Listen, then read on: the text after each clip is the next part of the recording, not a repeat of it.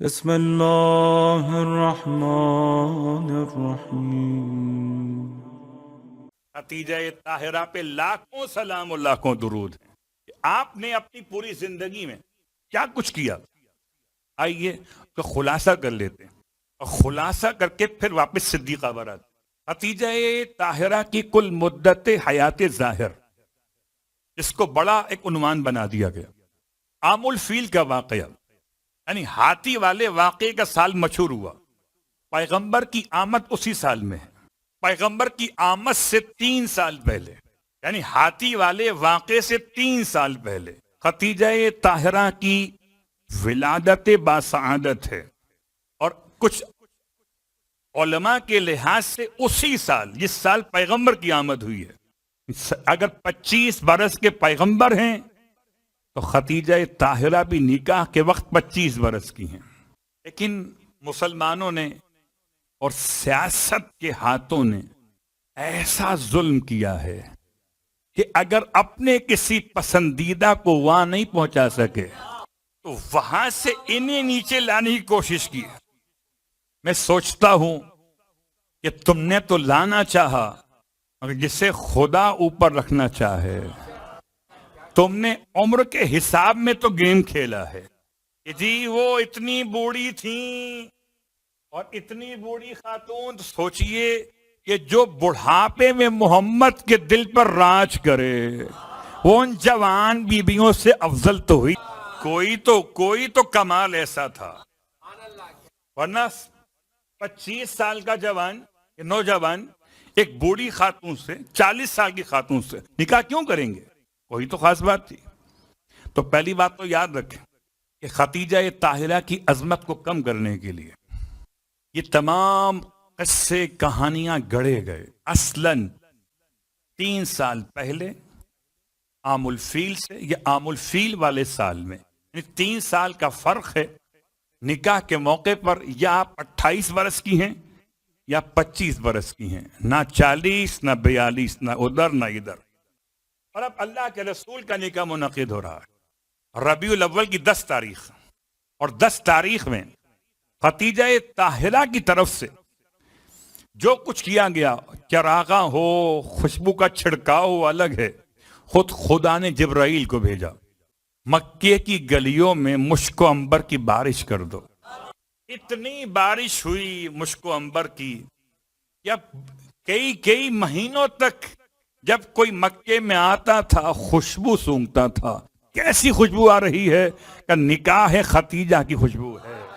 کتنا دل جلتے ہوں گے بھائی، وہ خوشبو کسی کے لیے تو مرہم ہوتی ہوگی اور کسی کے لیے باعث زخم ہوتی ہوگی، تو کتنے لوگ پریشان بھی ہوتے ہوں گے۔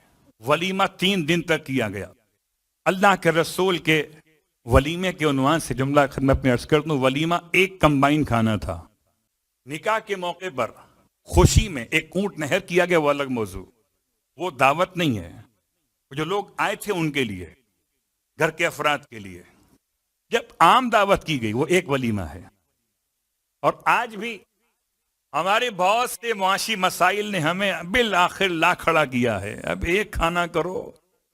اب ایسے بن گئے کہ اس کا نام تجویز کر رہے ہیں کہ شادی کا شین لو اور باقی ولیمہ لو۔ تو الف دال یہ نکال کر شین کو ملا ولیمے سے، بعض کہتے ہیں واو بھی نکال دو تو شلیمہ کر دو، نہ شادی نہ ولیمہ، دونوں کو ملائیے ایکول ٹو شلیمہ، نہ حلیمہ نہ ولیمہ۔ اس لفظ کا کوئی اسلام سے تعلق نہیں ہے، یہ آپ کا میرا بنایا ہوا ہے۔ اصل ایک ہی کھانا ہے، اور جو کھانا ہوتا ہے اسلام میں نکاح کے عنوان سے، اس کا نام ولیمہ ہے۔ اور ولیمہ جب بھی ہوتا تھا اسلام میں تو خاتون کے نام سے ہوتا تھا۔ ولیمہ تو فاطمہ زہرا، ولیمہ تو خدیجہ الکبریٰ۔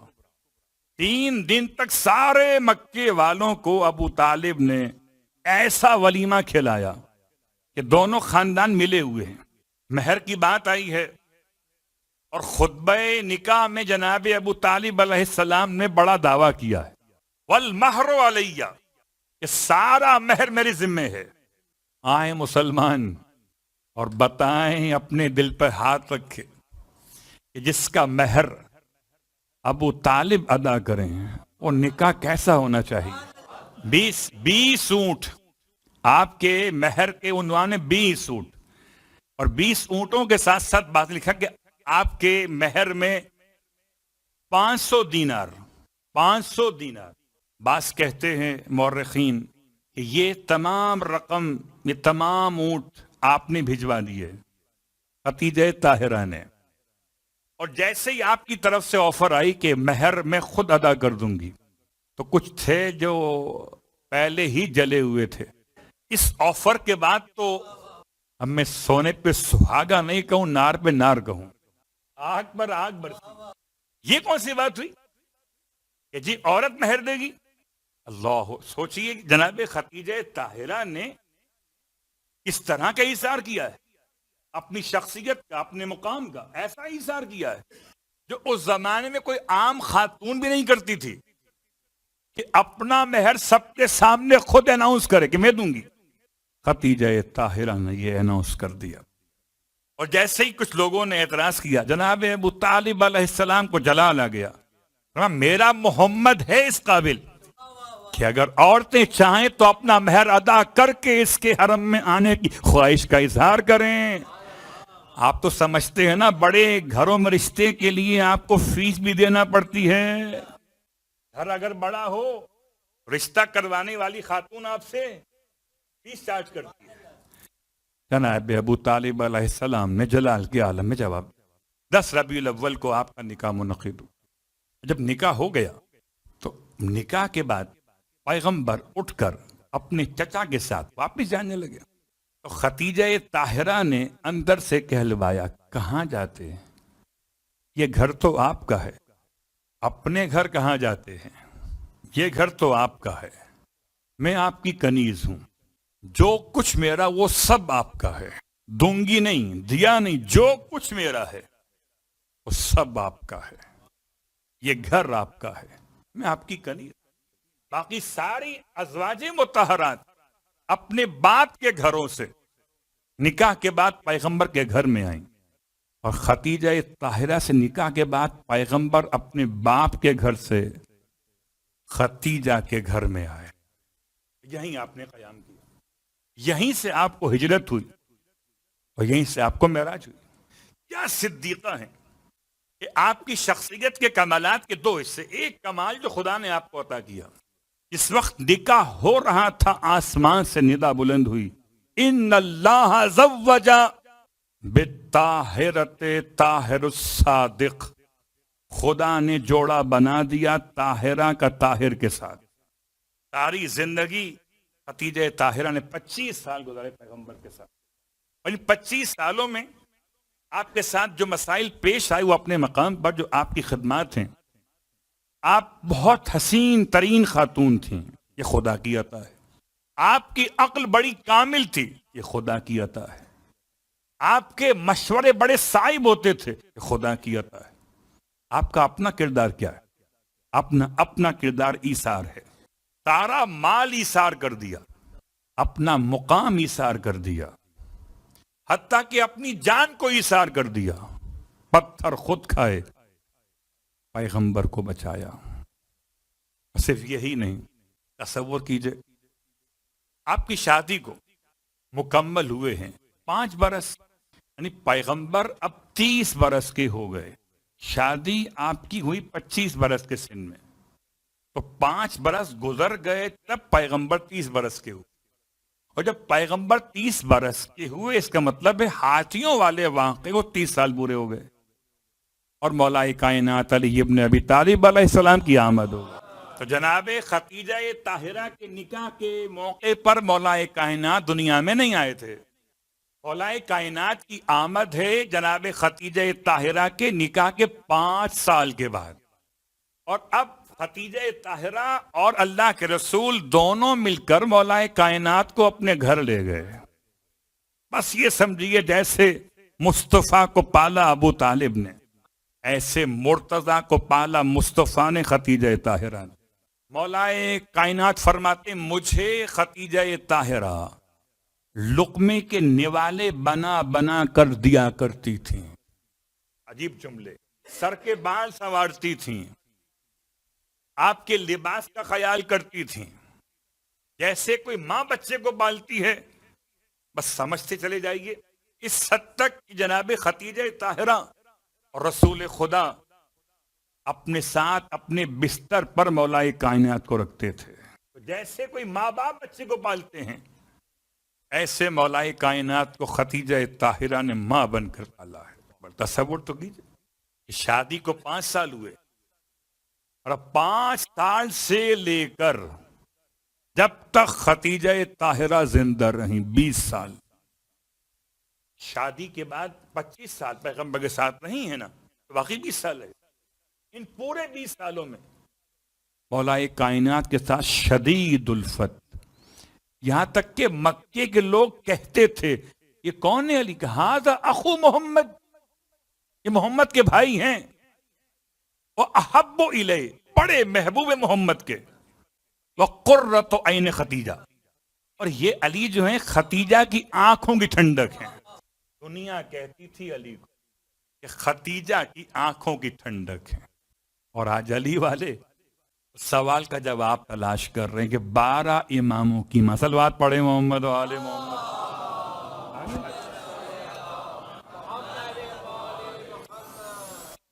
11 اماموں کی ماں تو واضح تھا.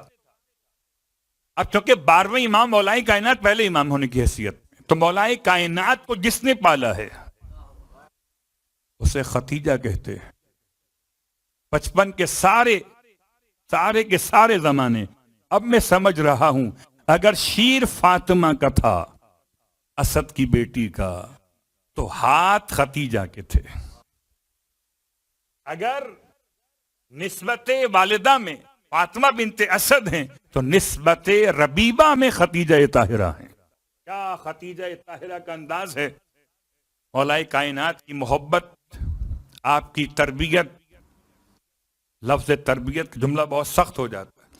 اللہ اکبر، کتنے فضائل ہیں مولائے کائنات کے کہ جو علی کے چہرے پہ نگاہ کرے خدا کی عبادت، اور علی جس کے چہرے پہ نگاہ کریں یہ آپ کی پالنے والی ماں کی حیثیت ہے. اس کے ساتھ ساتھ بات کو سمیٹتے ہوئے دونوں کی تصدیق کی ہے جناب خدیجہ طاہرہ نے. صدیقہ ہیں. ولایت علی کی پہلی مصدقہ کون ہے؟ خدیجہ طاہرہ.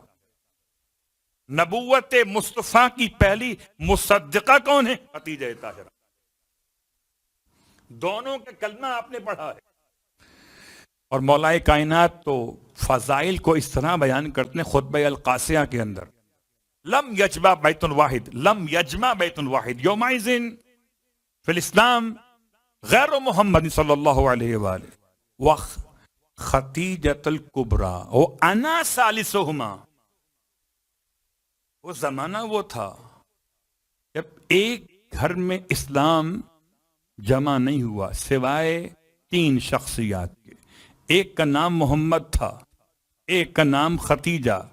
امام اپنی شان بیان کرتے وہ انا ثالثہما، اور میں ان 2 کا تیسرا ہوتا تھا. اس جملے کی قیمت پہ غور کیجئے. انا ثالثہما، میں ان 2 کا تیسرا ہوتا تھا. اور اب وقت تفصیل کا نہیں ہے کہ چوتھا کون تھا، 5واں کون تھا. یہ تمام بحث بعد میں چلے گی. تاریخ لکھے گی ہمیشہ. تم 40 برس کا لکھو کہ 40 برس سے اور طویل عمر کا لکھو، تب بھی یہ صفت تو تم نکال نہ پائے. یہ پہلی بیوی کون ہے؟ آپ کو تو اندازہ ہے قبلہ کہ پہلی والی کا مسئلہ اور ہوتا ہے، باقی بعد والی کا مسئلہ اور ہوتا ہے.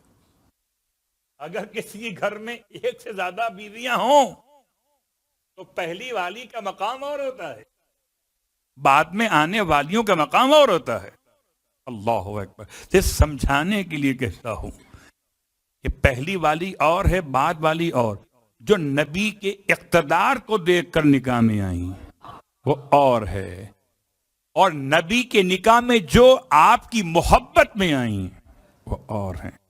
نبوت کا اعلان بعد میں ہے، خدیجہ کی محبت کا اعلان پہلے ہے۔ یوں سمجھیے کہ پھل کھانے کا وقت آیا تو 10 بیویاں آ گئیں، جب محنت کا وقت تھا، پتھر کھانے کا وقت تھا، تو ایک ہی بیوی تھی۔ اسی لیے درود میں جملہ ہے، اللہم صلی علی الصدیقۃ فاطمۃ الزکیۃ حبیبۃ حبیبے کا و نبی کا۔ امام حسن عسکری علیہ السلام کا یہ جملہ فرماتے ہیں، پروردگار درود نازل فرما، صلی درود بھیج دے، علی الصدیقۃ اس بیوی پر جو صدیقہ ہے، یہاں مراد جناب سیدہ فاطمہ زہرا ہے۔ اللہم صلی علی صدیقہ فاطمۃ الزکیۃ، ایسی ہیں جو فاطمہ نام ہے، زکیہ صفت ہے، حبیبت حبیبے کا و نبی کا، تیرے نبی اور حبیب کی حبیبہ ہیں، و ام احبائے کا و اولیاء کا، تیرے محبوب اور اولیاء کی ماں ہیں فاطمہ زہرا۔ پھر فرماتے ہیں مولا کہ خدا کی بارگاہ میں اس طرح سے تعریف بیان کریں جناب سیدہ، التی ان تجبتہا، ان کو تو نے شریفوں میں شریف بنا کے چن لیا، اور فضلتہا، فضیلت والوں میں فضیلت دے کے اونچا کر دیا، واخترتہا، جس کو تو نے منتخب کیا، علی نساء العالمین، عالمین کی ساری عورتوں پر، اللہم کن طالبہ لہا ممن ظلمہا، اے خدا تو ہو جا طلبگار اس کا جس نے فاطمہ کو ستایا ہے، ممن ظلمہا، جس نے فاطمہ پہ ظلم کیا، واستخف بحقہا، اور جس نے فاطمہ کے حق کو معمولی سمجھا، وَكُنِ السَّائِرِ اللَّهُمَّ بِدَمِ أَوْلَادِهَا، اے خدا تو انتقام لے فاطمہ کی اولاد کے خون کا۔ یہ درود فاطمہ کے الفاظ، اللہم وَكَمَا جَعَلْتَهَا أُمَّ الْأَئِمَّةِ الْهُدَى، اے خدا جیسے تو نے فاطمہ زہرا کو اپنے تمام ہادیان برحق ائمہ کی ماں قرار دیا ہے، وَحَلِيلَةَ صاحب اللواء، اور قیامت میں لوائے حمد اٹھانے والی کی شریک حیات قرار دیا ہے۔ اے خدا، دو چیزیں آ گئیں، ایک ایک حلیلہ، اور ایک اور الکریمتا عند الملأ الاعلی، اور جس سے تو نے کرم کا عنوان رکھا ملائے اعلی میں، فصلی علیہا، بس خدا اس فاطمہ پر درود بھیج دے، وعلی امہا، اور اے خدا اس فاطمہ کے ساتھ ساتھ ان کی ماں پہ درود بھیج دے۔ میں کل جہاں سے چلا تھا لفظ سے لے کر کہ آیا خدیجہ طاہرہ پہ درود پڑھنا کس طرح ممکن ہے، میرے پاس الفاظ نہیں تھے، اپنے ارادے سے پڑھیں، عقیدت کی بنیاد پہ یہ اور بات، اب روایت سے پڑھ رہے، فصلی علیہا، خدا درود بھیج سیدہ فاطمہ زہرا پر، وعلی امہا، اور ان کی پر۔ اللہ اکبر، سوچئے خدیجہ طاہرہ دنیا کی واحد شخصیت ہیں کہ جن کا شیر اتنا پاکیزہ ہے کہ فاطمہ زہرا کو کوئی اور خوراک نہیں دی گئی، کوئی اور خوراک نہیں دی گئی۔ آپ غور کیجئے گا، باقی آئمہ کے لیے آپ کو ملے گا کہ کہیں لعاب دہن پیغمبر نے دیا ہو، کہیں خدا نے کوئی اور عنوان قائم کیا ہو، لیکن یہاں خدیجہ طاہرہ کا شیر اتنا طیب و طاہر کہ وہ فاطمہ زہرا جو 11 اماموں کی ماں بننے والی ہیں، ان کی پوری نشو و نما،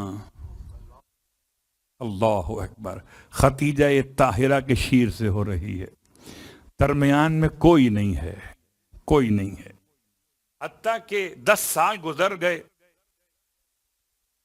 بعض کہتے ہیں 20 سال گزر گئے، اور 20 سال گزرنے کے بعد بھی خواتین کا بائیکاٹ ختم نہیں ہوا تھا۔ جب بعثت کے 5ویں برس میں جناب سیدہ کونین کی آمد کا وقت ہوا تو خواتین نے آنے سے انکار کر دیا. خدیجہ طاہرہ کے پاس کوئی خاتون آنے کو تیار، یعنی اتنی دشمنی رہی خدیجہ طاہرہ سے عورتوں کی.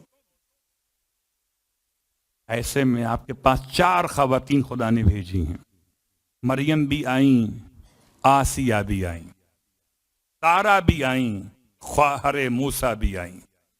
ان 4 بیویوں نے آ کر جناب سیدہ کی خدمت میں وہ تمام امور انجام دیے جو خواتین انجام دیا کرتی ہیں ایسے مواقع. جناب سیدہ پھر درود کے ساتھ ان کی ماں پہ درود.